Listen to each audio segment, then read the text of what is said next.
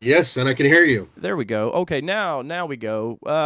Guys, welcome in Nathan from TFL. For those that don't know, I've followed TFL for like probably a bunch of people, but Nathan was my guy early on, man. When you guys were doing a lot of the early videos of you guys on back roads, just filming kind of whatever you had, it seemed like for whatever reason you were my guy. Like Roman like had his appeal, but you seemed like more the everyday guy. And welcome to the show, man. Appreciate that. Thank you very much, and I'll pay you later on for saying nice things about me. That's pretty cool. Well, no need for payment right now, but so tonight is kind of a special deal. Obviously, we talk a lot of Bronco on these live streams, but this will probably get a little bit into all of the auto industry because old TFL over there has a lot of years behind this, and I'm sure they've made a lot of friends, and clearly we know from the Bronco reveal they seem to have had ups and downs with that, but they survived it and they're here kicking ass, man. And Nathan, how is Colorado, first off? Because you're in one of my dream states. Oh, I love Colorado. By the way, I noticed that one of your viewers, his name is Terrence. He's from Southern California. Yeah, yeah. That's where I'm originally from. So I'm originally from Los Angeles. Terrence, you're the man. But moving here to Colorado was the best thing I ever did. I did it like almost 21 years ago, and I miss the ocean and I miss really good food. And maybe Disneyland. I don't know. But we have the Rockies, not the team, the mountains right over, Yeah. and it's fantastic. It's great for filming. It's great for camping. I'm the worst fisherman on the planet, but I love doing it. And So you're saying this they're is the safe. place. The fish are safe, is what you're saying. Yeah.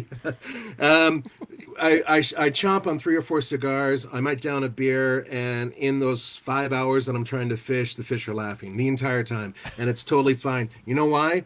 Because this thing, cell phone, doesn't work. Yes. So that's the best part of fishing for me. Yes, and in this, but we were talking off camera before. In this business, you are constantly like watching everything. Like it's. I was because I was at SEMA this past week. I came home and my eyes were tired, like just were worn out from looking at phones or just trying to film things and just exhausted. Did you bump into Andre or any of our I guys did. while I you were saw there? I saw Andre the first thing Tuesday morning. We were getting some donuts at the media center, and just talked about our day for a minute. Yeah, Andre's a great guy, and he covered the crap out of that show. Yeah, he did. But there was a dark, like 4 hours where I couldn't get in touch with him or anybody else, and I'm suspicious. He was in Vegas. I'm just saying. I But I can tell you he was at the media center at 8 a.m. and after that I can't tell you because I never saw him again. yeah, well, one of the things at TFL, and I mean, this one thing I'm really proud of is that we will be the first there, and we're usually the last to leave. That's going to be the same with the LA Auto Show, which I'm going to. Roman's going to. Lucky. Tommy and Andre, almost the entire team's going. Wow. Yeah, it's going to be a big run because there's a lot of stuff to cover that's actually outside the show. But we Yeah. can talk about that later. Sure, I know sure, you sure. got a lot of Bronco stuff coming up. I know your fans want to hear about Bronco. Rumor has it you're supposed to get a Bronco like now. Well, yeah, I'm tracking the shipping daily, and it still hasn't left Michigan just yet. But that's all right. I'll get it when I get it, and obviously Ford's had a time with this thing, so why not just I get to talk about it on here and maybe make a couple dollars and make some people happy when we talk about these things. So it is what it is. I'll survive. I've had plenty of new Okay. cars in my lifetime, so and I've got a new Jeep Gladiator sitting out there, so I'm not one for without things. But yeah, you're I like the LA Auto Show, man. I was going to go out to that, and rumor kept saying, "Well, it's not going to happen. It's going to happen." It was, and I was like, I don't want to buy the ticket, and then you're kind of stuck with like, well, great. Now I've got to figure this one out. But yeah, my other partner from the Nissan show, he lives in the LA area, so it's like it was gonna be a fun party no matter what. And I don't know if you caught last night's show, but we were recapping with some of the YouTubers we were hanging out there with, and it was a little drink filled. And cheers everybody, by the way. yeah, cheers. I got my coffee right here. Um, I I saw a little bit of it. I actually dropped a quick note. You guys were talking about you were getting really in the weeds, like really, really, inside baseball about various trims and whatnot Yeah, with some of the Broncos that you were looking at, and whether or not, what did I hear? It was something to the effect of it was the option package that uh, program where you pay like $100 over MSRP or something like that to get the vehicle, but I forgot the code, and You guys were talking about that, and I just thought, okay, I'm going to quickly say hi, and then I got to move on. It's unfortunately, I've got other friends like Tim from Pickup Truck and Yeah, SUV yeah, yeah. Talk. Tim Estrella. Um, yeah, I love dropping in on his stuff, but it's this business, and the more we grow, every few minutes we're taken away from what we're trying to do, even if we're screwing around and have to Right, get back to work. right. So I apologize if I'm like looking at my phone or Ladies and doing gentlemen, something that to was keep the Nathan. kids out. Thanks for being on, Nathan. Yeah, we're done. We're all done. But that's why we're doing this at night too, because Yes. frankly, during the day, TFL ain't happening. Well, and you guys do, and what is it, TF? Because you guys have so many channels, I can't keep up. 7. Yes, and like, what is it? Your live? We all do live streams. Is it the TFL? Yeah, the TFL live. What we're basically doing is we record our podcasts. Mm-hmm. We just, we figured we might as well record them and put them up there. At that point, I think we were at 5 channels, and Roman's like, "Well, why not have a 6th?" And just boom, make it happen. Right. Yeah, I think with it by 2025, we're gonna have TFL boat, TFL UFO, and a few others. I'm trying to stop him. I'm trying to say, hey, enough. Yeah. But Yeah. one of the things, and you'll discover this when you're growing and you're doing a great job. But as you grow, it'll get to a point like, let's say you're centric on Bronco and Mm-hmm. Ford product, and all of a sudden, Toyota comes out with a whole crap load of new products. You're gonna find it really hard just to put it into a daily, Yeah. video, and that's why we started growing. And if you look at TFL truck, it's probably going to overtake TFL car Yeah. within the next 8 months, maybe a year. Well, Just trucks are the thing. Like cars overnight, people just decided I don't want cars anymore, which is the strangest Well, thing. Because when we were kids, 2-door cars, you wanted a coupe, man. You did not want a 4-door car. Somehow in the '90s, it switched to 4-door cars, and now it's just switched to CUVs and SUVs. well, it's interesting. I think that a lot of us were when Ford announced that they're basically done building cars, with the exception of the Mustang. I think everybody, you probably are included, were like, well, wait a minute, I don't know about that. I mean, that doesn't make a lot of sense. That could hurt. Yeah. Well, look at what they've done. The Maverick completely took the place of all their entry level cars, Mm-hmm. because right now people are buying trucks, and the numbers actually aren't that. Over the years, it's really been a noticeable climb. So Yeah. you could go back 20 or 30 years, and trucks were still huge, but at the time, most Americans were fine with an appliance. They would buy a Toyota Camry or a Honda Accord, and they were fine with that. But progressively, you could just see, trucks were climbing and climbing, and cars eventually just leveled out. They still sell a million, Honda Accords and Toyota Camrys and whatnot. I mean, they Yeah. do. They sell a lot of them. It's just that from our optics, based on the fact that we like trucks and we like off-roaders, we're seeing those things climb.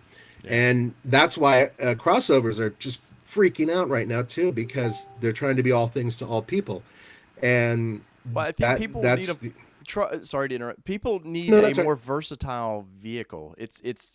And trucks kind of do that because what was it, the late '80s when and Chevrolet brought out the Silverado, and people back then, Motor Trend was calling it, well, this is too luxury. This is too plush for a truck. Trucks are supposed to be, because the Fords at the time in the mid '80s were just bland, and Oh GM yeah. kind of changed the game with that, and then it forced Ford had to step it up in '97 or '96 and a half. They brought out the new F-150 for them that just changed everything for Ford and trucks as far as design. And after that, it's a race. Actually, you could go back even further if you really you wanted to. Look at what Dodge did with the Dodge Ram when they introduced what a lot of people call the round body. That was a revolutionary Yes. design, Yes. and they brought in a very comfortable utilitarian interior. With that quad cab with the clamshell rear opening doors, and it was pretty interesting to see how everybody else reacted, and that was another side of it. And then, if you recall, Ford tried to jump on top of this even further when they brought out the Lincoln Blackwood. Remember that? Yes, I do remember that. Yeah, that was a major failure, but it was an indication of where they were going as well, and everybody did. I mean, Cadillac was only one step away from having a full-fledged pickup truck. I mean, they Well, kind of had yeah, that Avalanche clone yeah, thing, yeah. but yeah, and I guarantee you, as time continues, even though it might be electric, you're still going to see luxury vehicles and pickup trucks blend, because that's what people want, the maximum utility, even though what 3/4 of the people out there probably won't use that utility. Yeah. Oh yeah, yeah. If you look, I know Jill Seminolo did a thing for Tim over there where she was talking about that how much people actually use the pickup truck part of the truck, and it was like very very rare that people actually use the pickup truck. So, Exactly. but you know what? We live in a world that we need the option, Oh and yeah. you go to Home Depot, nobody wants to put in their hatchback, 5 bags of mulch or anything. They want to throw it in the back of their vehicle. But which is great for like Broncos and Wranglers and stuff because I think it's helped their sales because people started like, okay, our nice vehicle is going to be the truck now. What now? We need a fun vehicle, and it's opened up the door for Wrangler and these guys to kind of jump in and take that. Oh, and Bronco. In fact, I would say that Bronco is sort of the right now at the very height. Bronco and Bronco Sport, I should say, at the absolute peak of utility mixed in with drivability, Mm-hmm. because these are daily drivers. When you get your Bronco, you'll be able to hop in it and drive it every single day, and it'll drive just as good as any of their pickup trucks, Yeah. which drive fairly good as daily drivers. Yeah. Bronco Sport takes it one step further with people who do not need that serious off-road capability, but they want to feel like it. Yeah. Jeep's been playing this recipe for years. Ford now has adapted it, and I think they're crushing it right now with that. And I guarantee you that we're going to see other Bronco products coming out in the not too distant future. I'm actually really surprised that they decided not to go ahead with the Bronco pickup, but seeing how it would sap sales of their other pickups, I guess I understand that. Well, But there'll be other Bronco variants, and you and I were talking about it. That's including the Bronco Raptor or yeah. whatever they end up calling Yeah. it. Well, I've said for a while, like Ranger is a weird position for Ford. Yeah, it's an old nameplate, but when they brought it out, it was we got sort of a bastardized version of what Australia already had, but to our regulations. And with Bronco, the cool thing about Bronco though, in versus Ranger is Bronco plays in everything. Like because I have a Jeep Gladiator, and I know you guys have had some long term stuff with them. We Like, had a Gladiator too. yeah, are they the best thing out there as a midsize truck? No. Are they the worst thing? I don't think so. But the idea that I literally can pull the doors off if I want to go camping or fishing or whatever, take the roof off, I can't do that with a Ranger. And I think if they get serious about it, because I think there's a lot of sales they'll be missing, and I think they're gonna. I really do think that they just kind of quieten the press down about that a little bit, and quietly, I think in maybe 2 years they kind of play with that again. It might. Ford has been taking some interesting risks, but right now they're putting a lot of money and time behind what they're going to be doing with the Lightning. We're even Yeah. hearing stories that the Lightning might have some sort of removable roof. Oh I wow. know it's like a crazy rumor. It's a crazy ass rumor as far as I'm concerned, but why not? I mean, we're talking about a completely different type of platform, so you can do stuff like that. Yeah. Um, and GMC's coming out with their Hummer, and that does have removable roof panels and Right. a bunch of other crazy stuff. So that's a whole different thing. But with Bronco, there's so much market for them to take up, and I think Ford is being fairly wise considering the shortages and all the delays and everything else about how they leak out their vehicles and bring them out. If they did too much at once, if they did have a pickup in the works, and they hit that shortly after the Bronco, then sales would probably be a Yeah. bit wonky. So I think you might be onto something in about 2 years. It could be even 4 years. Mhm. Ford is committing to going electric, but you know before then, why not crank out as much as you can? And Well, that's not necessarily electric. and I know Oh, and I. also, Oh, sorry. Go ahead. Go go ahead. ahead. Oh, I was going to say, and also we've been hearing a lot of rumors about a plug-in hybrid Bronco, a lot, and not Well, I'm not talking the sport either. no, no, no. There's been enough pictures where you see the orange cable under these things Yeah. traveling around. Yeah, that's a given because they have to react to the 4xe or whatever Jeep's calling theirs, which I Yep. drove at the Texas Riders thing, and I hated that thing. Did you really? I well, for one, it's between that and the 392. I was impressed with the 392's sound and power, but Yeah. they're so. I have the same thing almost in my driveway. There was nothing different inside about them enough to make me go, "Oh, cool! I get some cool Jeep, but this is completely different." And I didn't play with the regeneration of the braking, but whoever had it set was like it was like one pedal driving. It was just Yeah. it was very very in my opinion very bad. But they will do wonders with it. What you guys took that thing off road and what couldn't get what Oh, 8 hell yeah. miles or something? Yeah, I think, and you know, a lot of people were really snarky with their comments. I was the one who did it. I put it in all electric mode and took it off road, Yeah. and this was red cone, which is really challenging. Well, obviously, we nearly destroyed our Land Rover. But in that video, I took it and drove it all in electric mode, 8 miles, and then obviously it had to kick back into the gas engine. Right.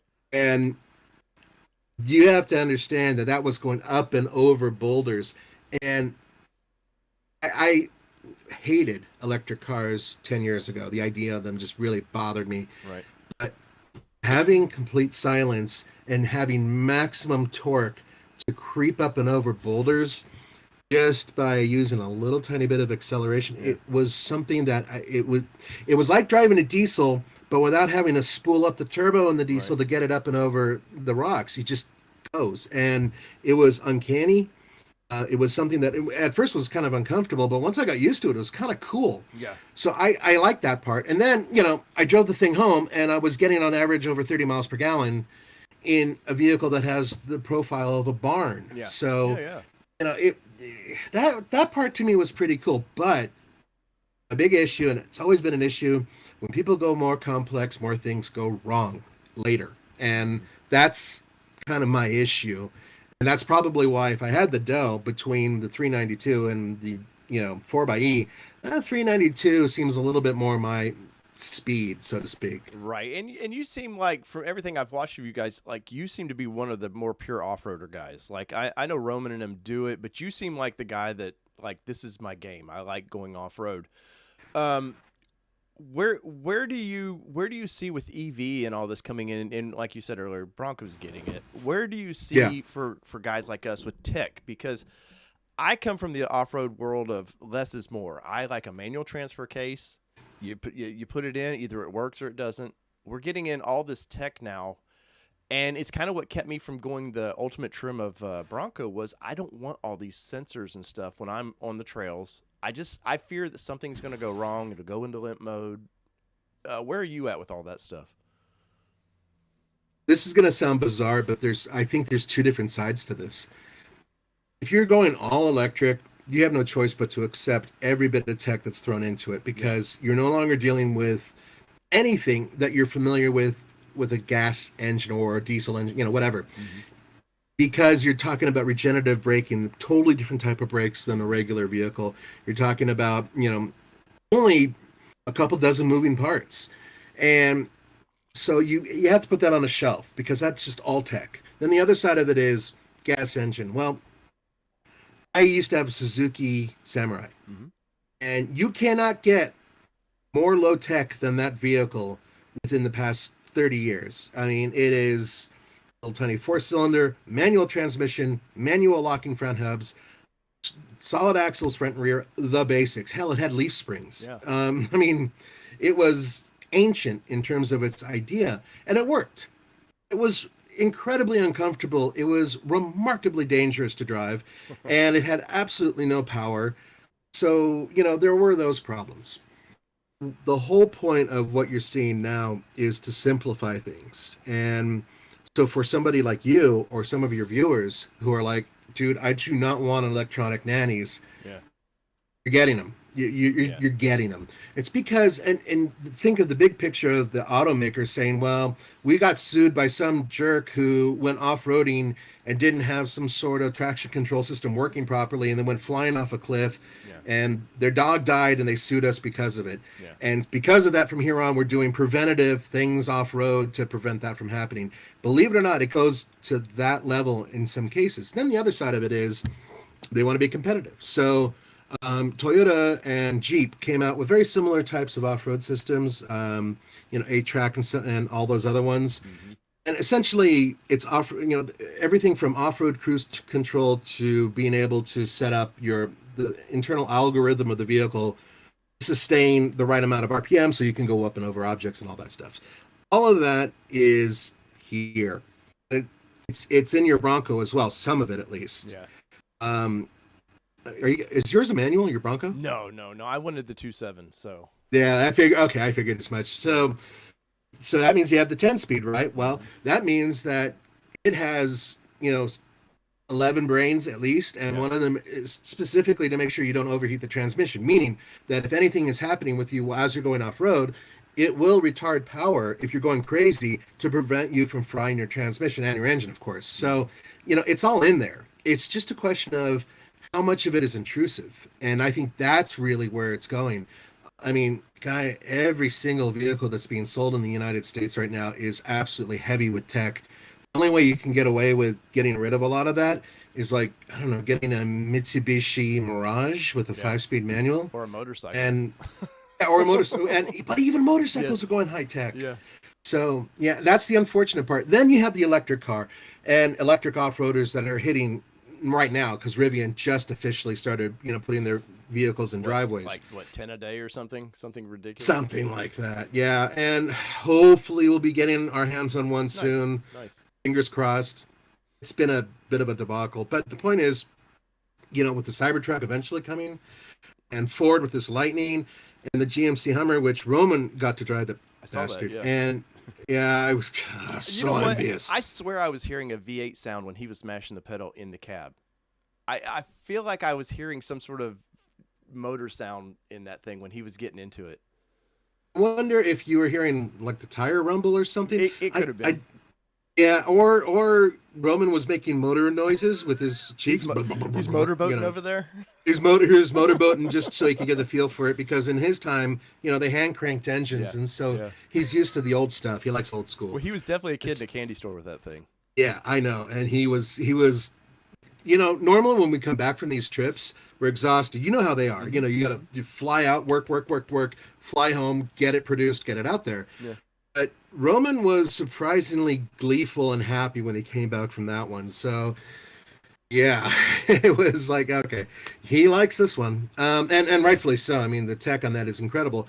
But it's an electric vehicle. You can't go basic with electric. You know what I mean? It just doesn't really work. But tech is so much better. They've had so much time now to really hone in on what works, that this solid state that they're using in these new electric vehicles and these off-roaders should be pretty hardy. And if something goes wrong, unlike being able to pop open a hood or go underneath and grab something, you'll have to go and there'll be like a modular component that'll come out, and then you put another one in and you're good to go. Well, definitely the maintenance on these things is, I think when something breaks, it's going to be more costly for a while, but there's less to break. There's probably, electric motors do not wear like gasoline engines. So Yeah, but batteries, yeah, they are the issue. I have an electric car. I bought my daughter a Nissan Leaf, a used one, and she adores. Yeah, and which you probably got for pennies on the dollar.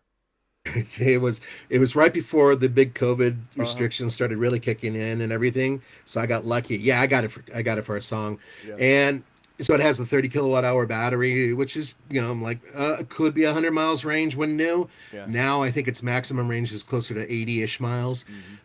And that's one of the problems, degradation, which is getting better with these new batteries. The GM's Ultium battery will be much better. Mm-hmm. Anyway, but when you're seeing these vehicles and you take it in, so far, the only thing that they could tell me was, eventually you'll need to rotate your tires. And maybe you should add some more cleaner fluid to your, That's it. I mean, and we've had it for almost 2 years now, and it hasn't cost me a dime really for maintenance. But you mentioned something being expensive to fix. Her air conditioning system went out. Oh. You know how much they wanted? They had to replace the entire damn thing, and I basically said no. They wanted $4,000. This is, bear in mind, the actual Nissan dealership's garage, to pretty much completely replace the air conditioning system, because it's a backup. It's kind of like the human body. If the heart goes bad, there's, arteries go bad, everything goes bad. Same thing here. So $4,000 for an air conditioner? You nuts? I might as well just go out to Home Depot and plug something in a roof and plug it in. Do you feel like at some point that we're kind of getting into disposable cars? Yes. Because with batteries, when they go bad, you look at the Tesla, what it costs. I can't remember, $16,000 or something. It's pretty something expensive. Like that for the big one. Yeah, and you figure, okay, the car's got 120,000 miles on it. At that point, now you're getting into this weird thing of insurance values, and yeah, it's not worth it, and it's crush it, move on. And of course, Tesla wants to get into basically you just lease the rights to use a vehicle, that, and I think that's in 25 years is where it's going. Unfortunately, is you just I think for many people, yeah, it will be. But you and I talked about earlier before we went on camera about Moto Man, who's a good friend of mine and has worked with you before too. And Mhm. he's a great guy, but he is a huge proponent of leasing versus buying. He thinks leasing's the worst thing you could ever do. I agree with him. It's the same thing as when you're renting an apartment, when you can actually afford a house, get more equity on the house. You get no equity with the Yeah. apartment. It's the Yeah. same thing with leasing. It's the same thing with these things that they're talking about in the future. So some car companies will have that as an option. I know Volvo's sort of moving that way too. Yeah. But I think other car companies like Ford, like General Motors, will have a couple different things. General Motors is looking at this with Cadillac having a signature service or whatever, where you can do that. Which But they've tried for a while, right? All these guys they try it in markets, and it seems like they just pull back and then start over. Yeah, well, what they do is they just kind of they'll mute it down, and if people are interested, they could still get there, but it's still kind of muted, and then they'll put a little bit of money into it, and then boom, bring it back out. Yeah. I think that for Cadillac, at the very least, it'll be a lot easier to do that type of service, a big lease, so to speak, when they have all electric vehicles, and Cadillac will be all electric in the next 10 years. That's what they say. Well, where does that If leave? that So where does that leave all the brands? So like Ford, Ford's really trimmed down. They ditched Mercury years ago, and GM, of course, they didn't want to, but they ditched Pontiac and all that. At some point, which kind of wraps into the off-road versus normal cars, is at some point people want to have something they can take off-road, but they want something their daily that doesn't cost them anything, that's real cheap. And then you start factoring in, okay, well, the GM and all these guys want to be able to lease it. And then you're like, hey, they don't need all these brands to do this now. Because at some point, you know what? I bought the computer I'm streaming this on, was the top of the line computer 2 years ago. And they're all the common components. Cars are getting to be boring computers. So you don't need multi-brands. So I think it comes down to you have like GM trucks, GM SUV, and you just choose a GM. Like, I feel like it's really getting to that. And then on top of that, where do dealers stand in all that? If GM is directly leasing these things to people, I've said it for a while because people have had problems with Bronco dealer markups, and you guys have been covering this with all brands. yeah. I think we're at the last hurrah for dealerships as well. I think dealerships just turn into what Tesla's done. It's a point you pick up the car, or if it needs something, you sort of take it there and they might get it fixed or what, and you move on. Yes. So it's really funny you mentioned this. I think it's just because of the current time and what's happening, because Roman and I just did a large radio interview on public radio, Colorado Public Radio. And that's exactly what we were discussing. So first of all, to back up a little bit, I will disagree that I think car brands will sort of stay in their own realm. Right now, General Motors cannot combine their truck brands. Remember, it's all about sales numbers for them. So if General Motors were to combine GMC and Chevrolet, right now their numbers, they are equivalent, if not better than Ford in terms of annual sales. Ford F-Series are best-selling vehicles in the United States. General Motors is right there if you combine, and Ram's close now too. And, yeah, Ram is really closing up, and it's making General Motors a little nervous too. However, that it will change once again electrification and some other things hit the market. But I think what you're beginning to see, and it's something to keep in mind for a lot of the viewers out there too, is you've got various brands, and they're going to be a little bit more boutique brands, right? So Cadillac will have 5 Cadillacs, and those 5 Cadillacs is all that they need, because there'll be a couple variables that are on each vehicle, trim levels and all that. And I think that they'll shrink a little bit. I don't want to go in detail about my theory on electrification and all the other things that are going to be happening, but there will be a lot more electric vehicles hitting the road very soon. Oh, of course. So Ford is a really good example in terms of how they're doing it. Ford is going to have electrified versions of vehicles. and they're still going to have their gas versions of vehicles, and then in some cases, heavy duty Hmm. diesel versions of those vehicles. And they're going to keep it pretty simple, and it's smart to do it that way because it doesn't confuse the consumer. The Maverick is a really good example. First of all, it's a hit. It's an Hmm. absolute It's that knocked thing. out of the park Yeah, hit. it's way bigger than I thought it was going to be. Yeah, I thought it was. I kept thinking that what they were going to do is remember the Subaru Baja. I thought Hmm. they were going to do something about that size with the 3.5 foot bed. Right. This is a much bigger bed, but in both dimensions. So and it's bigger than the Hyundai Santa Cruz as well. So it's much more of a trucky. Even though yes, I know it's a crossover. I call them crossover pickups. Hmm. That's like my term. And that's what I think it is pretty much. But it's so smart, and that is the direction that a lot of people are going to go. Yes, there's a front wheel drive version. Well, guess what? The rest of the world, Australia, Europe, Asia, Africa, South America, they've all been driving front wheel drive pickups or utes or whatever you want to call them for years Yeah. because they're economical, rugged, because they usually beef them up underneath beefier springs and all that, and they're pretty damn capable. You don't need the heavy truck frame just to do basic work. The heavy truck frame is great for towing and off-roading, and is a lot more rugged. We all know this. Yeah. But if you don't have to go to that level, and not having unibody that's a lot lighter and thus a lot more economic, and that is exactly where the market is right now for that one particular car, the or truck, whatever you want to call it, Maverick. That thing is going to lead the way. I guarantee you, you're going to see other people copy, and you're going to see like Honda shrink down, maybe stuff Yeah. like that's going to Yeah. happen. Yeah. But Dave, to talk about real quickly dealerships and what's going to happen, uh, I do call them stealerships sometimes. I am furious with some dealerships and some of the stuff I've seen because they're taking advantage of a lot of people who need to buy a car. You Yes. know, Yeah. there's the mentality of, oh, you should just wait until the pandemic's over, until chip shortage is over and all that. Well, you know what? There's 5 million accidents in the United States every year, and a large portion of those vehicles have to be, totaled, Yeah. and people need to buy new ones. And just those people alone need cars. And then there's the other group, rental car agencies, all that stuff. They all need new cars. Yeah. So it has to happen. And these dealerships are just raking people over the coals. So because of this, because of their greed, people are not going to forget. When it comes to money, people don't forget. And you're going to see, I believe, a hybrid of what Tesla is doing and what good dealerships are doing. Yeah.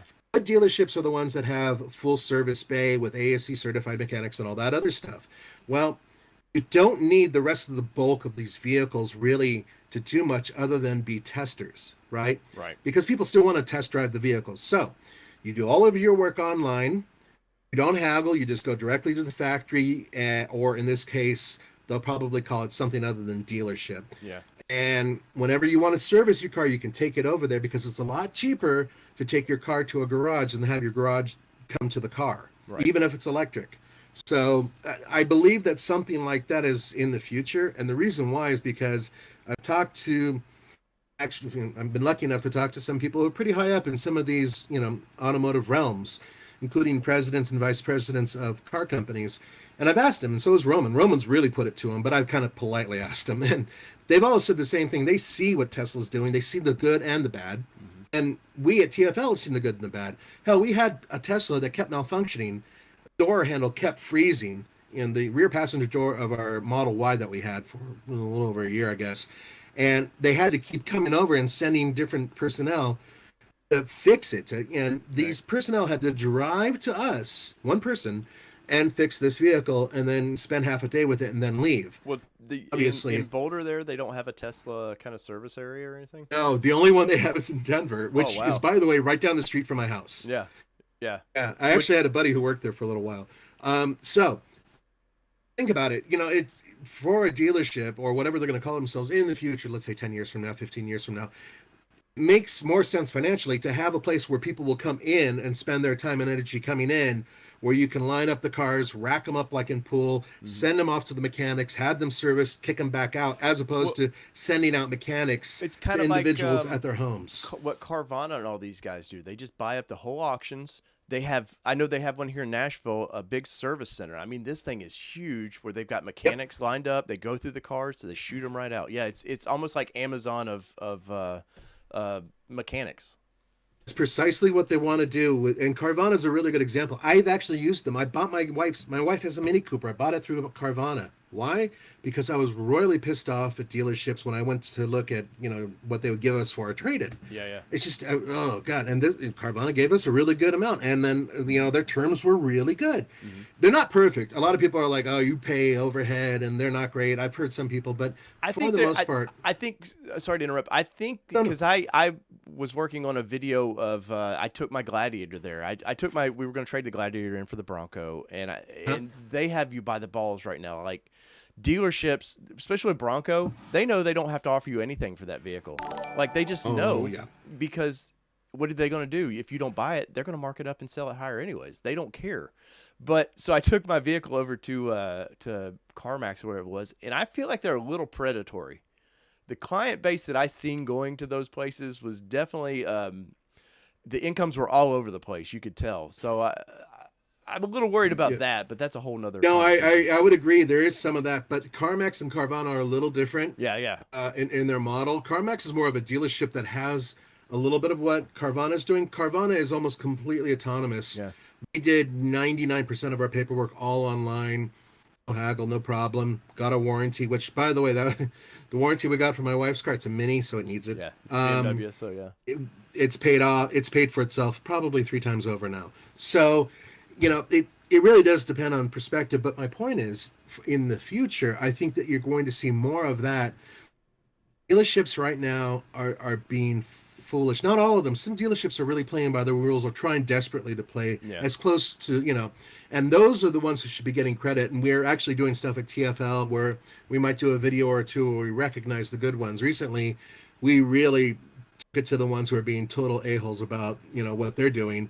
And we called it the Big Cojones Award, where Roman and I hosted it. I saw a little bit of that. Yeah. I didn't get to see all of that. That's, so, I mean, there was somebody who was asking, literally, I'm not even kidding, double the price for a Bronco. Broncos are around $61,000 for the launch model, 60 whatever it is. Yeah. This was like a $140,000 Bronco. Yeah. Launch edition. And that's all markup and that's all greed and it's completely unnecessary. Yes, of course you want to make a little profit. You're already making a profit just selling the vehicle at MSRP. You're already making a profit. I know how dealerships work. Yes. So once you start increasing that, you could just show how far you can screw someone who's desperate for that vehicle. You can play on their heart, what they really want, right? Well, yes, you can. Go ahead and screw them over now, but they're going to remember this, and you might be out of business in 5 years or less, and you'll be wondering, oh, what happened? Where did it all go wrong? Well, a lot of people realize that you screwed them over when they needed it most, and now you're reaping the benefits of that. And I really do hope that happens to some of these guys because they deserve it. And then on the other hand, the ones who are playing by the rules or trying their best to, I think that they deserve to last as long as they can and get recognition for it because they're playing nice. Well, they are playing nice, but there's for the Bronco. I'm sure you guys haven't covered the Bronco as deep as kind of I keep an eye on it. But there's dealerships that from day one, small dealerships that were like, okay, we're all in with Bronco. We're going to try to get as many reservations as possible. We know Ford's going to give us some allocations based on how many pre-sales we do. And then it comes out for 22. Ford's just been like, no, we're wiping the slate clean. You're not getting what we had promised last year. And the big dealerships are going to get all the rewards now. And the little guys who have, in some cases, 600 orders. There's a dealership in Iowa that has 600 orders, and they've only gotten maybe like 20 for 21. And, it makes the dealership now looks bad but they're at the hands of Ford going to give you what they promised. But speaking of, where have you guys tracked? I know we'll start with the from the launch video. You guys were like the stars of the launch video by accident. Well, I won't say by accident, but a few days before some video or some pictures got out that you guys posted. It is what it is. Sometimes you got to be first to get these things out. So, there was a Roman who, I'll be honest, I felt like went a little too hard in the paint about pleading his case, but he was pissed off. I totally get it. You guys so no, you can't go to the launch or whatever. Yeah, And then or in their both Bronco and F-150. yeah, and then for the live video, which is probably I would say the Bronco was probably Ford's biggest live reveal ever. Like it broke the internet for them. It Guys, did. in the live streams, you guys were the topic. It wasn't the Bronco. I mean, which was really kind of cool. That where were you guys at? Were you guys watching that stream and seeing all this and going, what the hell? So, because of what had happened and it left a sour taste in our mouths, we set out to just send out news. What we want to do is inform our viewers. That's our main goal, right? So we weren't trying to play dirty or anything else. In fact, we normally really do play by the rules. This one issue, long story short, it was the shot of the 7-speed manual transmission, proof that it existed, and it really pissed off Ford that we got it out there before they announced it. And I understand why they were upset. They put millions of dollars into these various forms of PR where they're going to go and spread the news, and here we are, these little jerks who go and put it out before then, and it just really caught them, and they were really upset. So much so that they didn't invite us to Bronco and F-150. Yeah. Now that's water under the bridge because I'm sure they realized that we were at some point in time that we wanted to just we were excited. We wanted to get the word out. Yeah. But more importantly, so I didn't want to see video. I didn't want to see the intro. I was upset and depressed because we weren't there. Yeah. We worked so hard from nothing to get to this point, and all of a sudden we're not there. And especially because we were really excited about the Bronco. You're in the heart of deal. The heart of the pandemic too. Like it's things were kind of settling down a little bit, but yeah, and you guys had.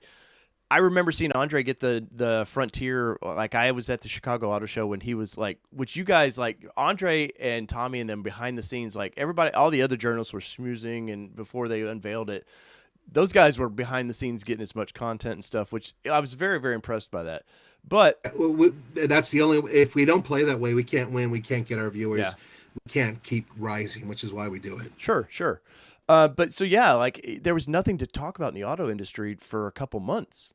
So yeah, and let's be honest, those pictures were getting out from inside the plant before you guys ever did anything. There was the 4-door and the 2-door pictures out there. So and that wasn't us. Yeah, the one we got was actually it was out in public, which is it's a long story, and I don't want to get into it too much because it's But what happened was. Then they do the big reveal all online, and then they had a few members of the media come in, and we weren't allowed to go. So I didn't want to watch. I was just furious, and I was sad too because this is something we worked so hard to get to. And all of a sudden, Andre says, "You really need to see this." And I got a text on my phone. He's like, "Dude, you need to see this." And so finally, I reluctantly turn on my computer and start looking, and I keep seeing free TFL, and other things, including that.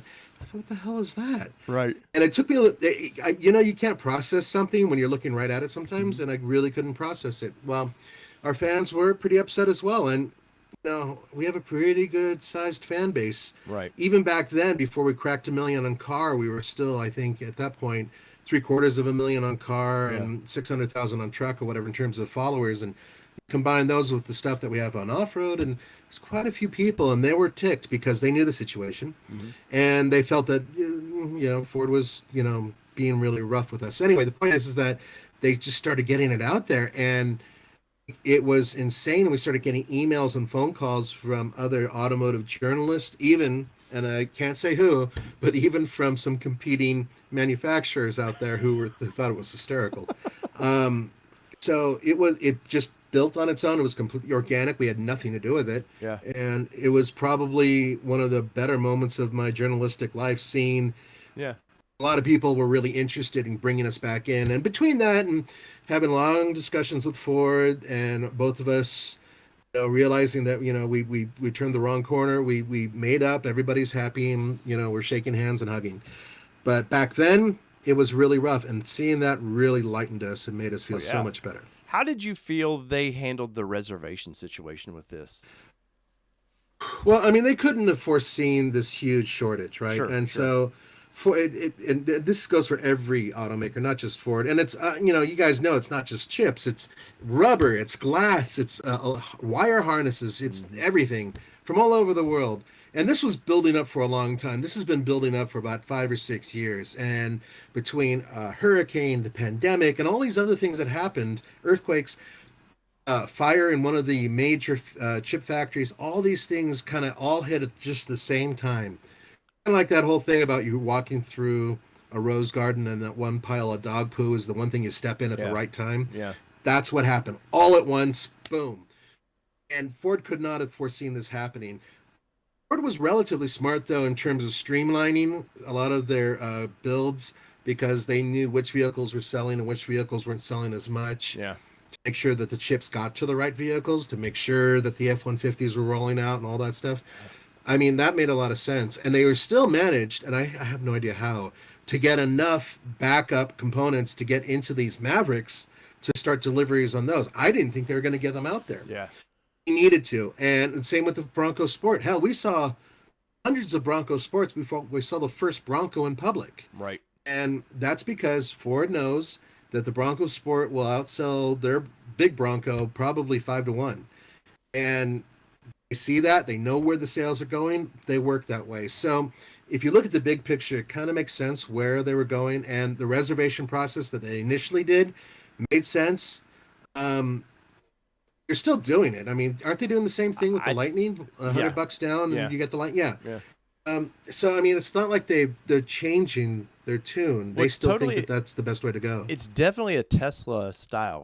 Like these auto manufacturers have learned so much from Tesla, and they would never want to admit this that a little guy like Tesla just changed the game, but they really have. They've like Tesla. You know, how smart is it to $100 is nothing. Most people could drop $100 now, like it's nothing, and you're helping finance development or startup cost of that vehicle. Like it's brilliant. It when it works, it works. Yes. But you know, I acknowledge that Tesla does a lot of cool things. On whatever, I've met him. Actually, interviewed him twice. Nice. It didn't go well.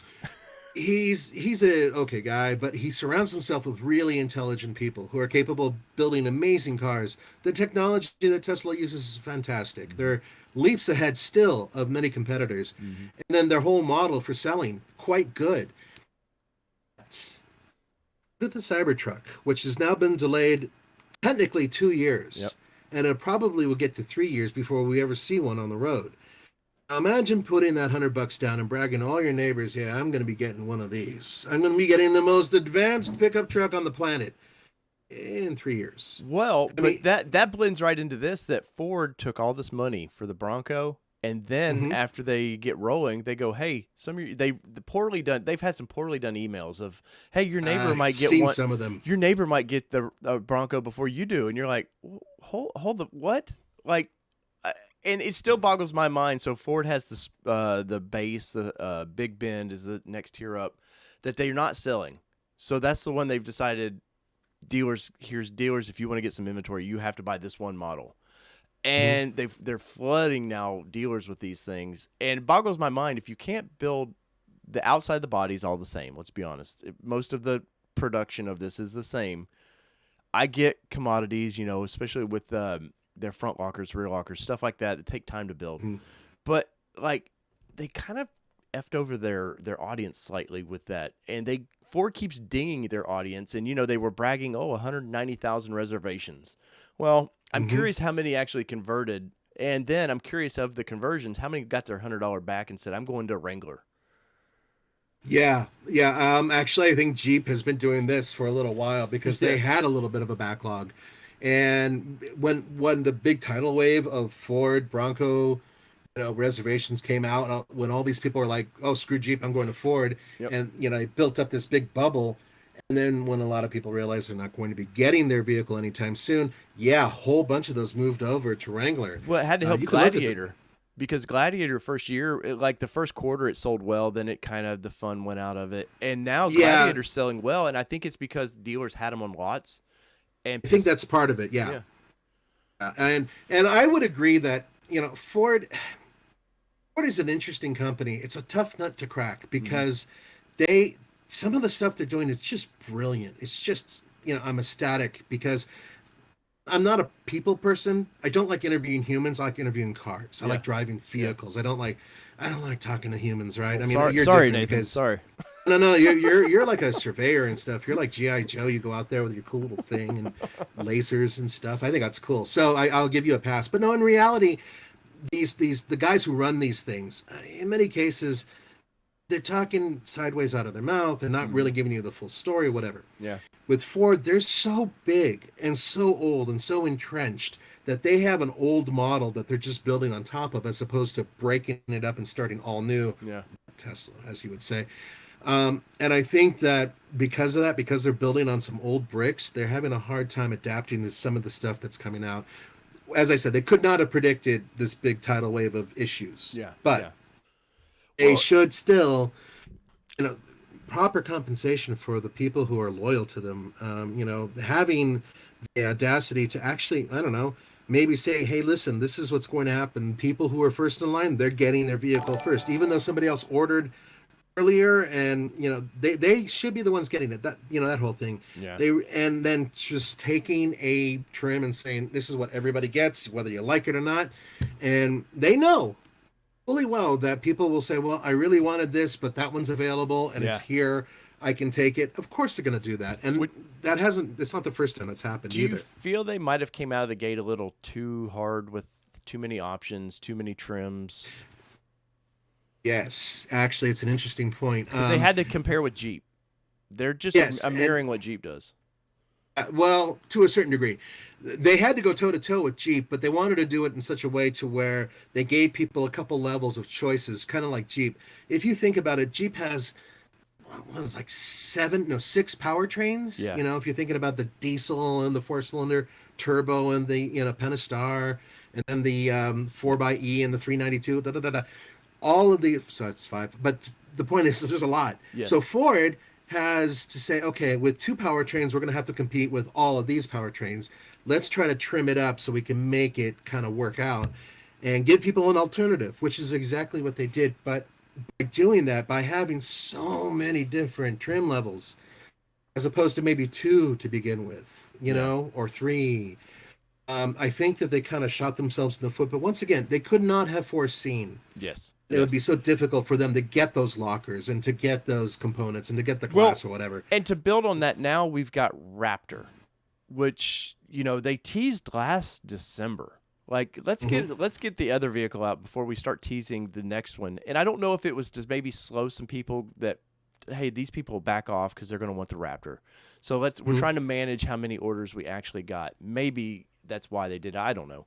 But it's hard to say. It really is. But now that you're coming out with a high performance version of something that you can't get to your public already, and of course they've set the tone now of, whoa, this is going to be a low volume vehicle. Like, you're probably not, they've said it, you're probably not going to get one. So now you've got trim after trim after trim, and it's I don't know. I know why they want to build on the hype. They had such good hype with this vehicle. Like, this is a once in a generation launch, I think. It was so hyped. I know the Lightning is cool, but there is a certain segment of buyer for that, and they're hoping to peel off a few traditional truck buyers to go to this. This was such an underserved. Jeep had this all to themselves for so many years, because I think in the 90s you had the Amigo, you had the Suzuki, you were talking, like, there was a lot of these style vehicles, and Jeep survived that storm and had it for 25 years with nobody to bother them. Not really. I mean, if you look at it, what competes with Jeep before the Bronco came along? The 4Runner, which is a really good truck, by the way. But it's kind of sitting in a pond by itself. It really competes more against like Cherokee or something like that, as opposed to the Wrangler. It's kind of in between. The Nissan Xterra, that was a great competitor. Gone. I mean, these vehicles are gone. So you're absolutely right. Jeep had this segment to themselves almost entirely, and they were smart because, first of all, they knew the Bronco was coming. They were unprepared for how big it was going to be. I know that. Yeah. And so they figured, okay, let's put out a high-powered version as soon as possible, 392. Yeah, which is totally reactionary. That is totally reactionary to keep a little bit of hype. Without a doubt. Yeah. Without a doubt. And everything that they're doing right now, and that includes tire size, is a direct reaction to what Bronco is. When you went to SEMA, what was the tire size on almost every damn vehicle you walked by? Oh, at minimum 35s, at minimum. 37s. But yeah, 37s almost yeah. dominated the show. Oh yeah, yeah, and Mhm. 40s in a lot of cases too, which is crazy. Because Right. when I was growing up off roading, 33s were large. I know. Like that was you're like, oh my god, 33-inch tires. It's a monster truck. Yeah, You know, Yeah. yeah. I agree with you. And now, 37s, and Jeep is going to put that onto a production vehicle. Sure. Ford is putting those on a production.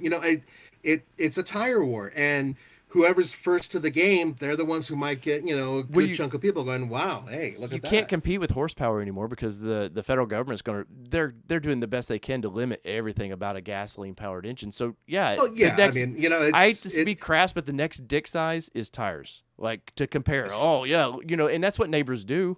hell yeah. I've got a Jeep. Oh, and the neighbor across the road. Well, I've got bigger tires. It's a manly thing. What these are all about. Yeah, and I've seen some. Well, once again, SEMA. So you see body lifts and all that, and so some of it's a little ridiculous. Actually, a lot of it's really ridiculous. Poorly done. Poorly done, or chrome underneath, or whatever. Yeah. But the point is that that's the next frontier. Suspension, tires, brakes. Mm-hmm. Those are going to be the next big thing with all of these off-road vehicles in terms of what the OEMs can provide. Yeah. And then, of course, what you can do aftermarket. That's the big deal because, yes, engines will be limited. But I'm not really too worried about that because, and I've driven some electric cars that have taken some of my manly components and thrown them into the trunk. Yeah. Once you accelerate. Yeah. Once they figure out, and they will, and they're already working on it, battery degradation and a little bit better drivability. Mm-hmm. Some of these off-road vehicles that are electric are going to be absolutely outstanding, and they're going to have stupid power. Look at the damn Hummer. I mean, it was a 0 to 60 in what, around 3.5? Yeah. It weighs as much as a large school bus. Yeah, it's I'm like not even joking. 9,000 pounds. Crazy heavy. Well, batteries on the wheels and everything. Well, I got to see a Hummer at SEMA because GM had a fairly nice display of them there. Three of them, right? I want to say 4. Well, Okay. they had their Desert Runner or whatever their thing for that.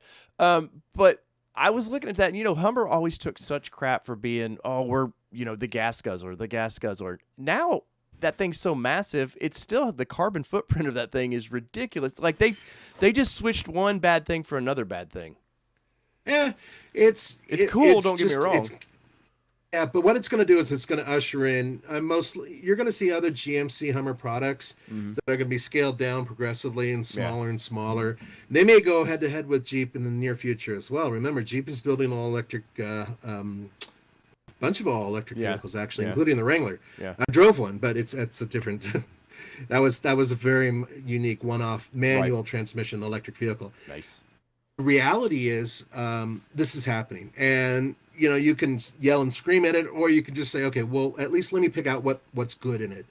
And I love torque. I love being able to get torque, and I love range. Torque and range don't always go well together unless you have a diesel. Diesels are heavy. That means a heavy off-road vehicle makes it ponderous. Yep. These electric vehicles already have a ton of torque. They're heavy because of batteries, so batteries have to be made lighter. Well, what does that mean? There are so many little challenges that are coming up. So the first big thing, of course, is the GMC Hummer, because we're going to see that thing going practically vertical up walls. Yeah. And then they're going to pare it down, and they're going to make these things more appealing to people who are regular Joes who don't make $300,000 a year. Yeah.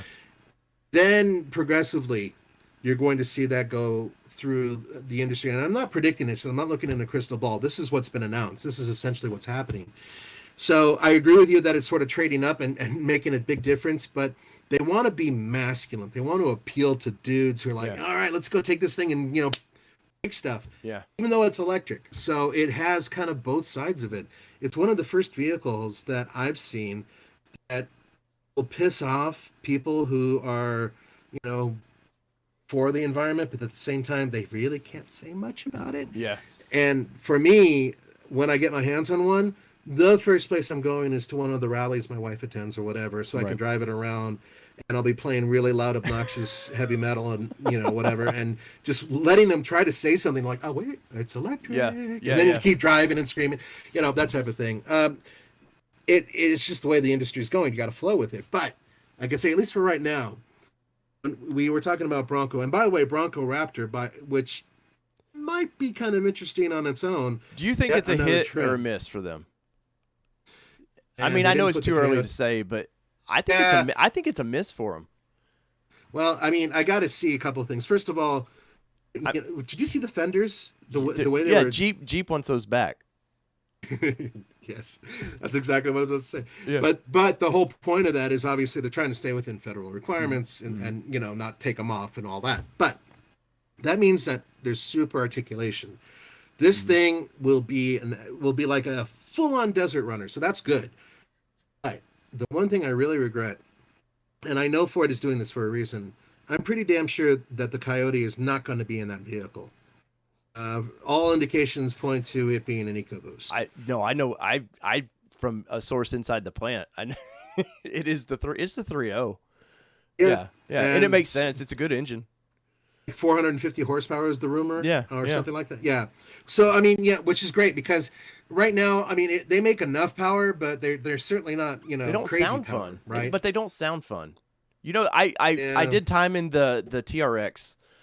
God, Mhm. that's the most miles per mile that you can drive is that truck. Doesn't Why do you make think sense. we own? Yeah, we At- own one, and yeah. I can't drive that vehicle without being stupid. Oh yeah. Almost every time I'm driving it, I deliberately drop it down a gear or two. Mhm. I know I'm just sucking up gas, but I Oh, don't yeah. care because it just screams and it's again it pisses off people around me, which I love. And Mm-hmm. it's the most fun truck I have ever driven. I love the Raptor, but the Raptor is much more of a tool to be used off road. Mm-hmm. This thing can do what the Raptor does basically, but on road it's just so much fun and it gives you so much, Just visceral like the feel. 392 Jeep. That they've tuned that exhaust to sound perfect. Like it just Exactly. gives you chills when you push that button and hear it fire up. Oh my god. You know how hard they worked on that? Because, the packaging in Jeeps is really hard. The exhaust actually crosses in the back and all that, right? Behind the gas tank. So in order to make the baffles and everything work, they had to really, really do the research. And they spent a ton of time on it. I actually talked to the head guy there Yeah. who was saying, it drove us crazy, but we finally got it right. And they did. It sounds amazing. And that's another one where I'd be getting 8 miles a gallon a day if yeah. I was driving it because I'd be driving it constantly like an idiot in the wrong gear. I may have had it I would- sideways when I was driving the 392. I can't say that, but I may have. No, I did. I can say that, and I did. And the thing about the 392 is, its happy place is on desert sand. Oh, yeah. In Moab when we did our video, Mm-hmm. Roman and Tommy let me because I knew I was just fuming and I needed it. Yeah. They let me go. They put me in it, and this was when we were in the big desert section, the dune section of Mm-hmm. Moab, south of this town. Oh my God, that was the best. I had such a blast driving that thing and just screaming and letting it run up to the rev limiter and beautiful time. Now that will be missed. Yes, yes. And I don't want to keep you much longer because I know you. Thank you for doing this, by the way. But Yeah, so sweat. so you guys live in probably the best area. Like if I could retire, Utah is where I would retire because to me, Oh, hell yeah. Utah is the best of kind of Colorado, and you get some cool rock crawling. Mhm. But the drive, my favorite drive is I'll fly into Denver, and I've got a buddy over. He used to be with Toy Tech and all that. They would give me the keys to a 4Runner and say, "Hey, go." I would do these Nissan events that they had in Moab. That drive from Denver to Moab is, if anybody here has never done that, do it. That drive It's a hell alone of a is drive. that 5 hours is because especially I'll go in May usually. So you're still going through the Mhm. passes. You might be in a blizzard. You Yeah. get to Denver and it might be 56, 60 somewhere there. You go into passes, it's 30 and snowing like crazy. You come out the other side and you hit Grand Junction and it's 75 and it's the weirdest drive. And that the elevated road where you're going over the Colorado River and stuff, right? Yeah, as Yeah. you're going over Yeah. it and back and forth, it's gorgeous. And sometimes you'll actually see eagles flying over Yeah, the yeah. water. It is the most American damn thing you can do is drive high 70. It seriously, Right. it is. It's absolutely picturesque. I love doing the drive. Roman and Tommy right now are driving back, or they might be back by now from Moab. They just went out and did a shoot. We go out on average about once a month now, even during the winter, which Yeah. can be a little treacherous. But Hmm. during like spring, summer, and fall, going out to Moab, I got to tell you, that place and getting there, it's fantastic. Even at night, it's kind of cool because it gets creepy and weird. And I like to spook the guys I'm with, especially the poor film crew. Those guys, they can't What stand me. has But the town proper kind of chilled out with the pandemic and everything? the town of Moab, Yeah, because they were getting real uptight there for a while. I mean, yeah, I mean, for it was reason, but rough. yeah, Uh, you know, there's, without getting political, there's sort of two sides to a town like Moab. There's the mandates by the state and city and everything else, yeah. and then there's the need to stay open, Hmm. and especially because missing out on Easter Jeep is absolutely a death nail for a lot of these little businesses. Yeah, it They sets will up their whole absolutely year. just It just that's their year right there. does. Yeah. So without having Easter Jeep, this past year we did have it. I went. It was great. But the prior year canceling it, man, that hurt. And so what a lot of people did is they did their own Easter Jeeps. It wasn't as successful, but they were able to sustain themselves in some cases, or they're able to recoup some of their loss, Yeah. some. Yeah. And then they had to play super lean. And it was really unfortunate. Fortunately, there were some, little PPEs and all those other things that came in that helped some of these guys stay afloat, but not everybody did. But Moab is one of the quickest developing places on the earth because it's become super popular. If you roll in there now, I guarantee you, Dave, you'll see a hotel you did not see before the last time you were there, or at Yeah, least it's one, if been not many. probably 3 years since I've been to Moab, and I plan on Oh, being yeah, there. you're, I plan on driving out this spring, and I told Tommy I was like, I want to stop by the studio and just say hi to everybody. oh yeah, But we'll yeah, put you on camera, dude. no, Oh yeah, I and we're scare gonna people grill enough. the crap out of you about Nissans too, Well, whether you like it or I would not. be the only guy that probably liked the brand for some reason. No, we love it. Are you kidding? We love doing it. We love all brands. It's just some we love more than others because they have more stuff for us to play with. Hey, Put it that way. final question. Go ahead. I get on Nissan, we won't stop, but the whole Land Rover thing or whatever, the debacle you guys had with that, how Yeah. did that? Did they end? I think they kind of end up sending some engineers or something. They like kind of helped out a little bit, right? Because they, not that you guys were a big voice, but they're like, shit, man, this thing just came out, and this is not how we want it to come out. And of course, it's a car that's going to tear up anyways or fall apart. Well, first of all, a couple things for for your viewers who haven't seen what we've done. We were one of the first agents outlets to get our hands and buy a Land Rover Defender, new one. It has nothing to do with the old Land Rover Defender. Just don't even think about it. They look kind of similar. That's Yeah. it.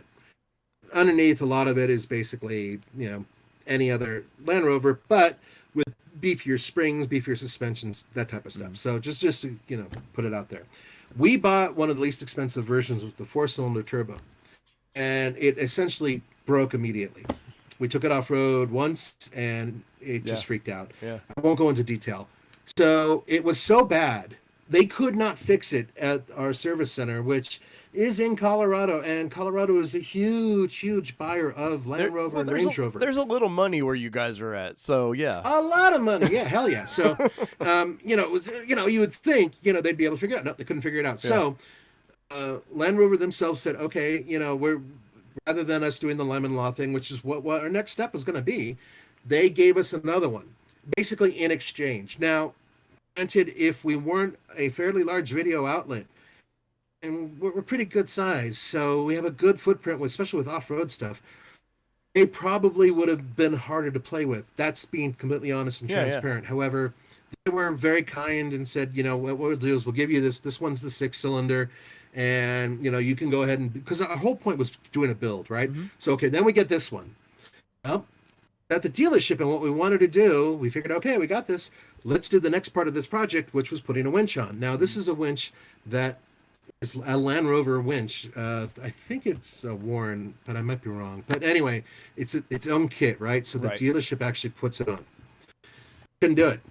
Couldn't make it work. Not only that, but once they did it, they basically assassinated the vehicle. So we never got that one. It was in the dealership shortly after we got it. It stayed in the dealership because they could not get it to work. Wow. Finally, and we talked to Land Rover and said, "Listen, we're being honest with our audience about this. We're Yeah. telling people what's going on with our, we're now on number 2 and it's Yeah. gone." I said, "Okay, we're going to do this again. Here's number 3. Just take it. Let's maybe hold off on that winch for now." Yeah. Yeah. The third one came to us, and that third one, drum roll, has been fantastic. Nice. No problems with it. We've been beating the crap out of it. The only thing that happened was blew 2 tires on a trail with it. We being Tommy and Roman, not me, just so you guys know. And yeah, it was a real shame That was a great video. because That was a that was a Tommy's man, that was normally a tough. chipper, happy, but I could see it in his face of just I've had enough. I don't Oh, want to God. tear this thing up. And I've had flat tires on trails like that. It's kind of it is a cluster F of like, how do I got to find flat ground and yet not tear the vehicle up. And when you cannot find flat ground, which Tommy thought he was driving to a flatter place, Yeah. and we were going to stop right there, and then he cut another tire. It's a real bummer, and a lot of people gave us a lot of crap. Oh, you shouldn't have aired down, or you should have aired down more, or you should have this, or you should have that. Well, you know what? One of the things we do is we like to take the vehicles as they are. We did air down, by the way, on all the other vehicles quite Yeah. a bit, and it worked fine. The biggest problem with Land Rover and their Defender is the fact that they don't quite have the mix for people who actually might take them off road for real. Because I don't They've think got the tech. This, they don't think anybody will actually take these off road, is what it is. yeah, but what the crazy thing is, actually, quite a few do. Yeah. There's this huge majority of people who won't, but there's also, I would say, about 20% of the people will do some real off-roading. Yeah. I saw a huge group of people in brand new Defenders and R4s, a whole bunch of other ones in Moab going up and over Wipeout Hill. I couldn't believe that they were doing that. They were going everywhere, and they had a whole group, and there was a lot of them. And I talked to some of those guys, and they said, "Yeah, a lot of us really do off-road. We may not do it as often as a lot of Jeep guys, and we don't like to do the full builds. Yeah. We like to get a vehicle that whenever we feel like it, we can just go off-road without any modification." Yeah. And that's when I kind of leaned back and I said, "Yeah." And I'm noticing that you've got 20-inch wheels and low-profile tires. That might work here on slick rock and maybe even in sand, but that's not going to work on boulders. And he totally agreed with me. And he said that the biggest issue that he's having with these Land Rover guys is the fact that they won't give them like a 15-inch with real meat. Yeah. And the reason why? Simple reason. Brakes. Yeah. The brake caliper itself, just the caliper, not even the caliper is huge. They can't get anything smaller than like a 17 on the lesser models. And then it has to be either like an 18 or a 19 on the other models with the bigger brakes. You just can't get anything else over it. So in order to do that, you got to pull off everything, replace the brakes with smaller ones, which means you're screwing up your braking distance and everything else, and you're screwing with the vehicle's traction control and everything. I swear you are. It's so overcomplicated, and to me, it's like, why couldn't you guys just do this from the beginning? Why couldn't you just have, you say it's a Defender, you're giving it one of the most advanced traction control systems out there for off-roading, and an absolute capable, its approach and departure angles are excellent, especially when it's fully jacked up. It has so much potential. And you limit it. I don't understand. So now you might notice you're seeing these special editions that are going to start coming out that do have different brakes, different tires, different wheels, and they'll be a little bit more off-road capable. The real issue is, of course, the tech, but this last one that we had, Tommy drove it on a 1,700-mile round trip cross-country, no problems. Yeah. Roman and I have taken it to Moab about 5 times, no problems. We used it as a camera vehicle, no problems. It was solid as a rock. That's not to excuse Land Rover for the other 2 vehicles that were terrible. Right. But maybe once production got going, they worked out some of those bugs. One worst time, pandemic, worst time to be building vehicles because quality is down. I will say across the board, quality is slightly down a little bit. So, you guys happy with the Bronco that you have? Yeah, I think it's great. One thing that's been proven to me, and this I'll have to end on this. Yes. The Bronco was really well thought out. They sweated the details where it counts. Its on-road ride is way superior to any Wrangler. So a place where this vehicle is going to spend the most of its time which is on the streets and on the highways. Fantastic.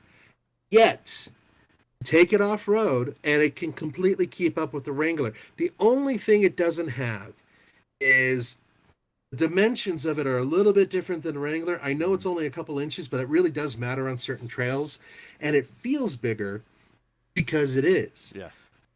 which is good and bad. For an interior, I don't have to rub shoulders and elbows with Roman, which is great because I don't want my shoulder hair to mat up with his and so be like Velcro. But the other side of it is, um, you get all this space, but you're much closer to obstacles when you're trying to weave through a trail. When I was doing off-roading in a Wrangler following the Bronco, I was able to weave when it had to go up and over. And for some people, that is a huge benefit. Articulation in Jeeps is always pretty good, and the Bronco is good, Yeah. but it's not quite the same because the dimensions are different. Yeah. So it just acts differently. But those are the only negatives off-road. The tech is extraordinary. It can do anything a Wrangler can do. Oh, I love the lockers. And Actually, when you kick them on, they actually kick on. Like, immediately, yeah. there's no lag. Like Toyotas and Nissans, mostly Toyotas. I've sometimes had to roll back and forth a few times to get them to kick in. When you can put the front locker in without having to have the rear engaged. Yes, which is really cool in certain situations. Yeah. You can't do that. I don't think you can do that in any Wrangler that's currently out. No, Rubicon, you still have to have it in 4 low and rear locker on. It's weird. Yeah. So, but then a lot of people are, oh, well, you can get an ARB. I'm talking about, coming from the factory. Yeah, So anyway, the Bronco is right in so many ways. I would say that some of the build quality on the interior, I noticed there's little, like some of the panels were a little warped and all that. I know this is a first run of a first thing, and so they'll get it under control. But that's nitpicking. Jeep's been having that problem for years. Oh yeah, no, my Gladiator, there was some panels that were a little more gapped than they were supposed to. So, Nathan, I greatly appreciate you being on here, man. Not a problem. You guys in the chat don't know how many super chats I've had to give over on their live stream to do this, by the way. Which I'm playing, but no, but we appreciate it. Of course, man. And as do I. Guys, if you would smash the like button for me, I would greatly appreciate that. It's all I ask in a subscription. I'll earn that when I earn it. And Nathan, once again, guys, you've always been my favorite over there, and I told Tommy the same thing. I said Tommy, you're my favorite. No, I'm saying I told Tommy, I was like, Nathan has been my guy. And so man, I can't say enough for you doing this, and we'll be watching. You know, all these 130 some on the stream right now. They're watching your channel. So, well, I appreciate it, guys, and I appreciate you too. And most importantly, you're growing too. Your channel is starting to really grow, and you're gonna start seeing leaps and bounds if you keep this up. Just keep it up, keep up the hard work, and I think you will grow quickly. Yes, I greatly appreciate that, man. So, guys, go check out TFL, the 17 channels they've got. And I think there's one on the the space station right now. So there's TFL space station. Actually, we do have an astronaut who does watch us from time to time. I kid you not. That is awesome. That is freaking awesome. So Nathan, guys, hold off real quick. I'm gonna pause you just for a minute, and I'm gonna say bye to Nathan, and we'll be right back.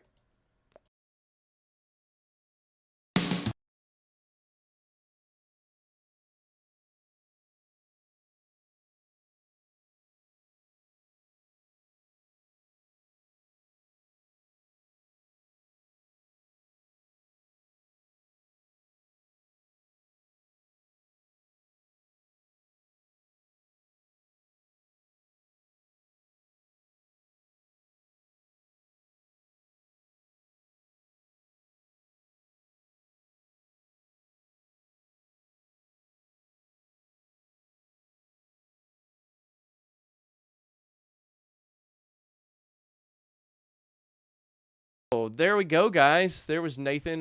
Once again, I appreciate all the guys at TFL.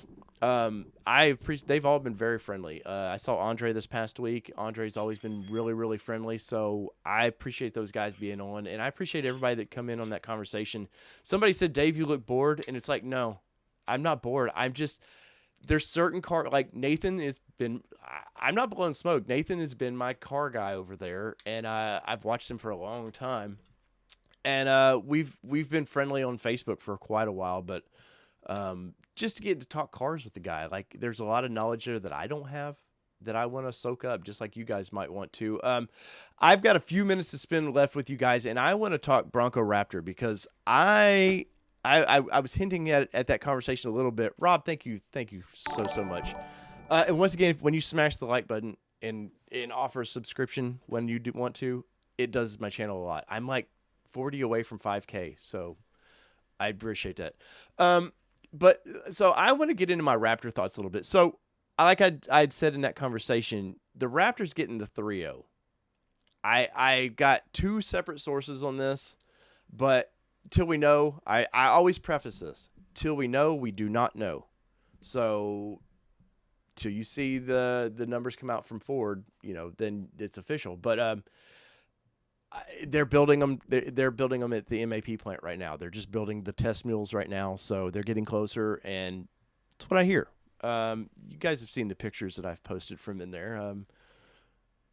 There are multiple sources in there. So anyway, does the 3.0 excite you? I know a lot of people wanted the Coyote. You're never getting a V8 in that. I don't think you're going to see the Coyote around much longer, other than specialty GT500 stuff. I think the damn thing is ugly, and it kills me to say that because I love the shape of the Bronco. I know why they put Ford in the grill. It doesn't look right there with these traditional old school lights. Just looks strange to me because they're trying to keep the Raptor look. There's a across the board. Here's how it's going to look. You've seen the Ford Raptors from Australia, the Ranger Raptors, same look. I think the taillights look horrible. It looks very rushed to me. Now, whether it is or not, this is just my opinion. But we'd seen you'd seen all that wrapping on those fenders. You know it was something just ridiculous that was going to be on this thing. And, well, I'm curious what you guys in the comments, man. I'm going to do a little poll real quick because I think we got to have a yes or no on the Raptor. Maybe I can do a poll. Wait, it didn't ever end that other poll. So let me end that one. I don't know what this thing's doing. Anyways, but I'm literally like so bummed at what we got. So let's see. Raptor. I'm just putting yes or no. And that's it. I'm curious. But so you guys 44% thought the 3.5, which makes sense. But the Attune 2.7 was, the lowest thing down there, which, but the 3.0, if you look at what they're doing with I think it's in the Explorer ST or whatever they're calling it, freaking ridiculous. I think it's going to be just as powerful as the 392 Wrangler, except it's just not going to sound the same. And if you look at, there's some pictures that I'd posted, a couple of them that Bronco Nation had threw out there yesterday. If you look at the suspension of this thing, it's all Raptor. It's all F-150 Raptor. The lower control arms are ungodly huge. This thing is made to bounce around and just hit the dunes hard. I'm a little confused, and I've said this in previous chats that I'm a little confused at what the market they're playing in. Ram, Jeep, they know when they want some attention, they just put that 392 block in something, either with the supercharger or not, and it's cool.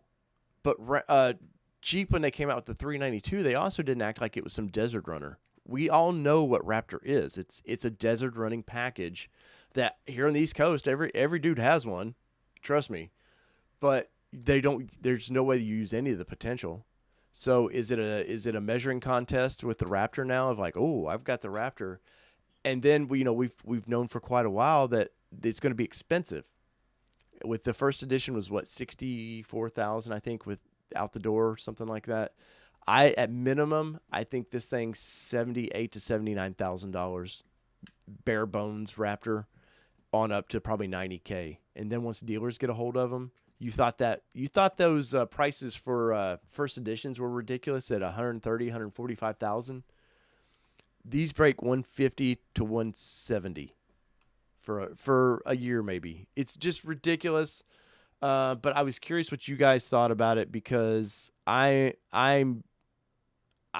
was not impressed by. I'll be honest, I was not impressed by that attempt at showing us a little bit of what it was, and like I said, we've seen hints of what this was going to be. But where do you guys stand on it? Let's see. So far, we got 31 votes. 71% say no. That's kind of where I thought it might be. Um, I just it just feels rushed to me. So let's see what the comments were. And I'm sorry when I was talking to Nathan if I did not get to your comments. Some of these interviews, man, you just want to be. I want to be so present in these interviews. So you guys know I love you, all of you. It's honest getting rowdy. He said, "Do you understand why my 17-year Raptor is totally bullshit?" Oh man, what's up, Doctor Simple Beauty 300? Let's see, what are we talking about in there, guys? You guys always have your own conversations going on. The Pickens, I see. The Pickens were in here. Coderman was in here a little bit ago. If it is the 3.0, like I've been told it is, do you guys think that what 400, 425 for horsepower? And then is it sort of do they? I don't think they would take a page out of like the TRX where it's all-wheel drive all the time, but could it be? And what cool tech are we going to see in that? And does it get a better interior? They can't. There's no way with Raptor that they can do the color-coded handles and all that stupid stuff that just doesn't. You guys know how I feel about the Bronco with some of that. It's just goofy. They've got to really, like, this thing better be all leather. I mean, soft touch dash. Like, it better be ridiculous. So let's end this poll. If it does actually end it. And it doesn't want to end it there. So we're going to end the poll over here with 73% said that no for the Raptor. Hey, pull my finger. I would pull your finger if I could. Look at that. 72% said no. It's freaking ridiculous. And it's like I was saying to Nathan, like, you can't get a vehicle out now with what? Let's see, base. What, 5 different trims? Let's add more to it. And then we got the Everglades on top of it, which Everglades, I will say,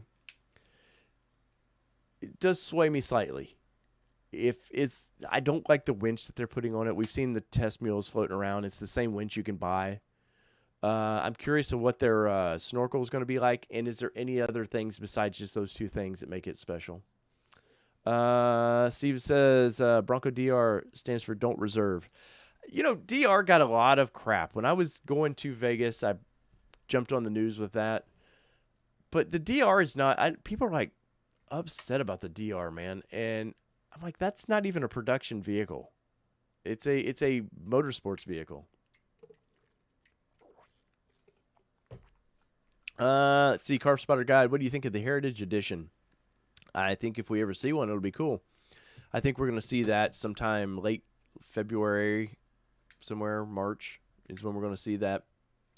I will say this: you guys know, I bought the badging, the Bronco old school script badging.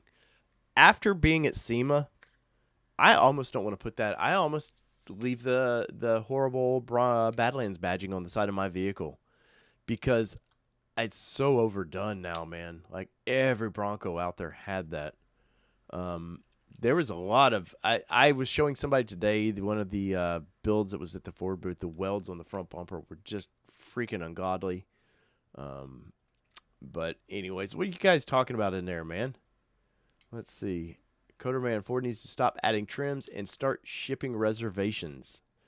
I would agree. I've got one sitting at the MAP plant that's built. And let's check the email. Let's see. Have I gotten any Ford emails? Nope. It's still showing built, and that's it.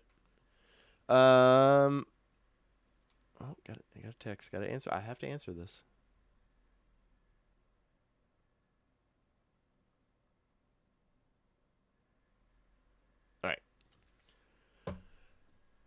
like Nathan was saying, sometimes like I keep my phone beside me on these streams because I do have fellow journalists that will report things to me and stuff like that. Let's see. We got Johnny's car care in here. Johnny, dude, I dig the interview you did with Bronco Wild Outdoors, man. That was awesome. If you guys saw any of that, that was really good. What else we got going on in Bronco news? Well, of course, we had the thing yesterday. We talked about SEMA. I had Pickens' party of 2 on here yesterday, and we had Chia and H1, and then we had Coderman, H2 on here, and of course Kelly, Amy was here, and that was that conversation. And if you were not into that, I understand. That was just kind of new friends, like kind of just want to relive some of the trip we had. Guys, if you ever get a chance to sneak into SEMA, go do it. It's overwhelming.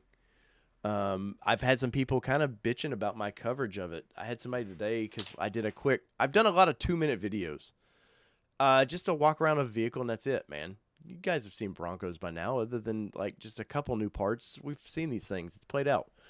But I had somebody fussing at me today about he's a photographer and trying to tell me how to film these things. And I was just like, you know what? If you had people pushing you while you're walking around these vehicles trying to film this, you might understand this different story there. So if you do, obviously, my normal coverage. I do like to get better shots than what you might have seen from SEMA, but SEMA was a tough one. What's up, Radical Rides? Radical Rides just got his Bronco, man. Congratulations. And if I haven't seen anybody, congratulations on if you've gotten your before me. I know he was like 100 behind me. What were you at, Radical? What were you? You were like 100 behind my build, and you've already gotten yours. Of course, you live in Michigan.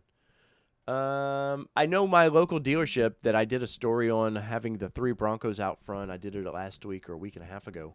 They had that used black diamond. I got an email today about that saying, hey, we've lowered the price. And it was like $68,000 or something. And they lowered it by $1,500. And I was like, wow, that's going to get me to the dealership. Which, there's going to be an interesting video coming anyways about all that. Let's see. Any questions or comments before I close up shop? Because this is 3 hours that I'll have done with you guys in 2 days. Johnny's Car Care says, I am running out of beer. Did this happen to Dave, or is he out of 6? No, I'm out of whiskey, man. Well, I'm never out, but I've hit my limit today. Next thing you know, I'll be getting people texting me about AA again. Let's see. Oh, storage. Somebody was asking about storage situation. I did see we talked about it last night. The little front nets in the front door, it was DZ had a thing where you take those nets off and you put these plastic inserts in. There's a little extra storage. No, there was not a lot. I think the Pickens were talking that with DZ in their interview that's coming up that I think they said they're working on something for the rear. I think even Bronco Nation jumped in last night and said that they were working on something in the rear. I would be surprised in the 23 model year Ford doesn't solve a few of those issues and kind of give the people what they want. They definitely watch this stuff too, and I've always said this in any channel that I've been a part of. Guys, if you have problems with what these manufacturers are doing, if you just come in one of these chats and just say, hey, Ford's a pile of shit company that just can't do anything right, they can't screen grab those and take it to their bosses and say, hey, this is what the people want. But if you're positive, do it in a kind of a nice way. They do screen grab this stuff, and they do listen to, not just TFL. They listen to the littler channels too. So Radical Rise says, Dave, you will get yours soon, and then we will have to plan a 4x4 trip. Well, Radical, I will be in Moab in the spring. That's probably my first. Well, no, actually, I'll be in Florida with it in January. There's a little off-road trip that we've got planned. A few channels got planned down that way. Should be fun. Let's see. Dr. Simple Beauty says, Dave, what's the update on your build, and where is your Bronco flag? The rest of my Bronco stuff's in my attic over here. I haven't got the flag yet. I've got it. There's something in my FedEx account that says they're going to ship something, but I don't care about the flag. I wanted the little cars, damn it. Did any of y'all see that? They did the little box. It had the little 2-door, a little 4-door, and a little Bronco Sport in a box, and they were shipping those out. I would have flipped my shit on that one. But the the flag and stuff, I'm not crapping on it because I appreciate all that. I know the heart that is going into like sending some people that stuff, but no, I haven't got that. Pavement In says, I am going to Moab in mid-May. You might see me out there. Pavement In. I'm not exactly sure when I'll be out there, but it's April to May, somewhere in there. Let's see. Paul Elliott, my top has a YouTube video out today. Well, cool. I have to check that out. I will say this, the year of the Bronco for SEMA, to wrap SEMA kind of up, it was Brodozer Central, everything I seen. Their ARB had some nice bumpers. The Bronco's an oddity right now because of that sensor for the higher trims, the driving sensors. They'll crack that code.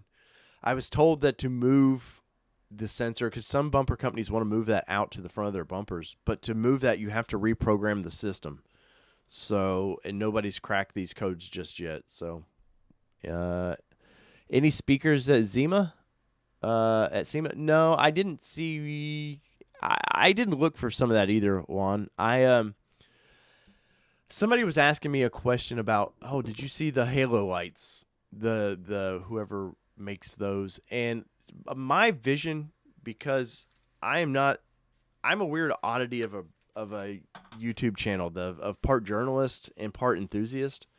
So sometimes the enthusiast part of me for rock crawling, stuff like that, I bypass that stuff and I just don't kind of pay much attention to it. So I apologize if I didn't get the coverage or everything you guys wanted out there. Definitely look at our friends over at Pickens Party 5, man. They've got some really good videos coming out, and they were able to do some long video form stuff where I had one day to be there.